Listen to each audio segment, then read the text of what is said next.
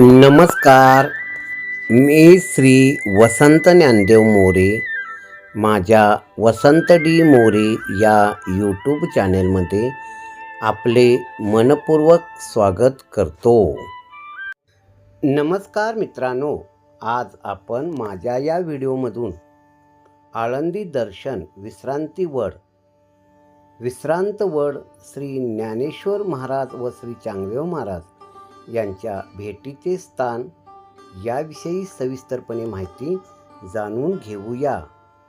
मित्रांनो, आळंदी श्री संत ज्ञानेश्वर माऊली यांनी संजीवन समाधी आळंदी या ठिकाणी घेतली. याच ठिकाणी श्री संत चांगदेव महाराज हे ज्ञानेश्वर महाराजांना भेटण्यासाठी आळंदी येथे आले होते. त्याच्या प्रसंगाचे वर्णन आपण पाहूया. श्री चांगदेव हे योग मार्गातील अधिकारी पुरुष होते. योग सामर्थ्याने ते 1400 वर्षे जगले अशी मान्यता आहे. यांच्या गुरुचे नाव वटेश्वर म्हणून त्यांना चांगावटेश्वर असेही म्हणतात. काहींच्या मते वटेश्वर म्हणजे चांगदेवांच्या अंतरंगात प्रकाशणारे ईश्वराचे रूप.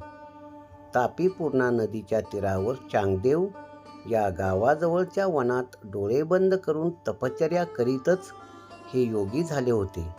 त्यांच्या चांगल्या रूपावरून लोक त्यांना चांगदेव असेही म्हणू लागले. एकदा त्यांच्या कानावर संत ज्ञानेश्वर महाराजांची कीर्ती पडली. तेव्हा त्यांना ज्ञानेश्वरांच्या भेटींची उत्कंठा लागली. भेटण्यापूर्वी पत्र पाठवावे असा विचार करून त्यांनी पत्र लिहिण्यास घेतले. पण मायना काय लिहावा या संभ्रमातून त्यांनी कोरेच पत्र पाठवले. योगी असूनही चांगदेवामध्ये आत्मज्ञानाची आणि गुरुकृपेची कमतरता आहे असे निवृत्तीनाथांच्या लक्षात आले. त्यांनी ज्ञानेश्वरांना पत्राचे उत्तर लिहिण्यास सांगितले. त्याप्रमाणे ज्ञानेश्वरांनी जे उत्तर लिहिले ते चांगदेव 65 या नावाने प्रसिद्ध झाले. त्यानंतर चांगदेव, निवृत्तीनाथ, ज्ञानेश्वर, मुक्ताबाई व सोपान यांची भेट झाली. पुढे चांगदेवांनी मुक्ताबाईंना गुरु मानले. गुरु निवृत्तीनाथांच्या सूचनेनुसार मुक्ताबाईंना गुरु मानले. याच चांगदेव महाराजांनी सन 1305 शके 1227 मध्ये मुक्ताईनगर जळगाव येथे समाधी घेतली. जेव्हा योगी चांगदेव ज्ञानेश्वर महाराजांना भेटण्यासाठी जळगाववरून येत होते, तेव्हा ते आपल्या योगसिद्धीच्या बळावर वाघावर स्वार झाले. सोबतच हातात नाग घेऊन आपल्या शिष्यासोबत ज्ञानेश्वरांच्याकडे आले. भेटीगाठीच्या वेळी ज्ञानेश्वर आपल्या भावंडासोबत एका भिंतीवर बसलेले होते. चांगदेवांना बघून त्यांना त्याचा अहंकाराची जाणीव झाली. याच्यातून चांगदेव मुक्त व्हावा त्यासाठी ज्ञानेश्वर महाराजांनी आपल्या दिव्य साधनेच्या बळावर निर्जीव भिंतीला पुढे चालण्याचे आदेश दिले. आणि काय आश्चर्य, भिंत आपल्या जागेवरून पुढे सरकू लागली. हा चमत्कार पाहून चांगदेव महाराज अचंबित झाले व ज्ञानेश्वरांना शरण गेले.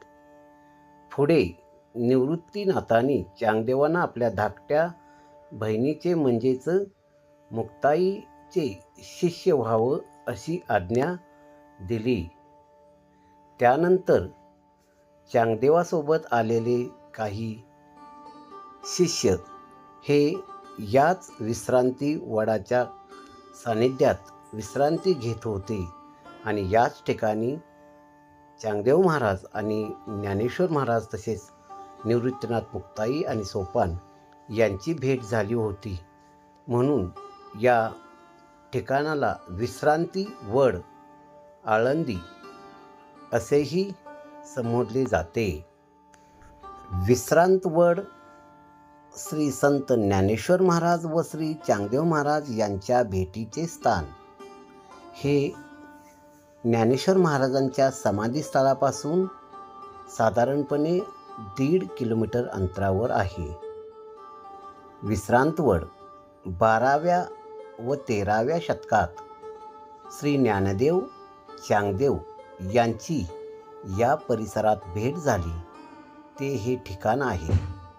श्री ज्ञानेश्वरांनी चांगदेवाला उपदेश केला त्या स्थळाला परंपरेने विश्रांतवड म्हणतात. या ऐतिहासिक स्थानाला पवित्र ठिकाण मानले जाते. चांगदेव एक योगी पुरुष होते. जन्मताच त्यांना अनेक सिद्धी प्राप्त झाल्या होत्या.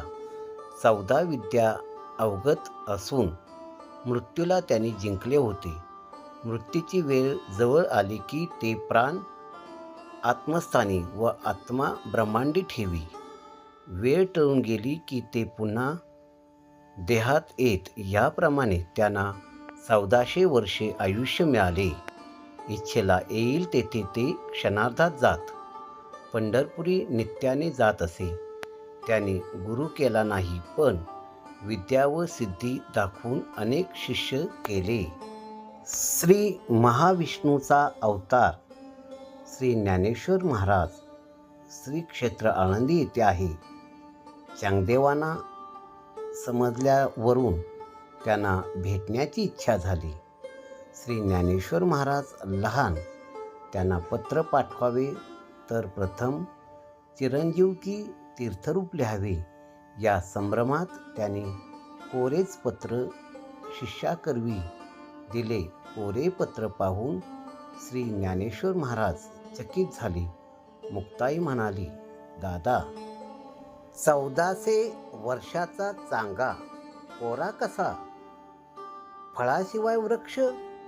श्री ज्ञानेश्वरांनी चांगदेवांना पत्रातून 65 ओव्यातून गुरुतत्व सांगितले. शिष्याने चांगदेवांना पत्र दिले, पण चांगदेवांच्या मनात सिद्धीचा मोठा अभिमान होता. म्हणून श्री ज्ञानेश्वर भेटीला आकाशामार्गे वाघावर बसून हातात सर्प धरून 1400 शिष्यास आले. यावेळी श्री ज्ञानेश्वर महाराज भावंडासह एका निर्जीव पडक्या भिंतीवर बसलेले होते. चांगदेव येताना पाहताच चांगदेवांनी भिंतीला आज्ञा केली. भिंत जमीन सोडून आकाशमार्गे चांगाच्या भेटीला आली. हा चमत्कार चांगदेवाच्या लक्षात आला. सजीव वाघाला आपण वश करू शकतो, निर्जीव भिंतीला नाही. चांगदेव वाघावरून खाली उतरले. विनम्रपणे 4 भावंडांना सामोरे आले. एका वटवृक्षाखाली चांगदेव ज्ञानेश्वर भेट झाली. श्री ज्ञानेश्वरांनी चांगदेवांना उपदेश केला हो. त्या परिसरात सर्व चांगदेव शिष्यांनी विश्रांती घेतली होती. या स्थळाला विश्रांतीवड असे म्हणतात. माझा हा व्हिडिओ आपणाला आवडला असल्यास लाईक करा आणि सबस्क्राईब करा. माझा हा व्हिडिओ आपण शेवटपर्यंत मनपूर्वक पाहिला त्याबद्दल धन्यवाद.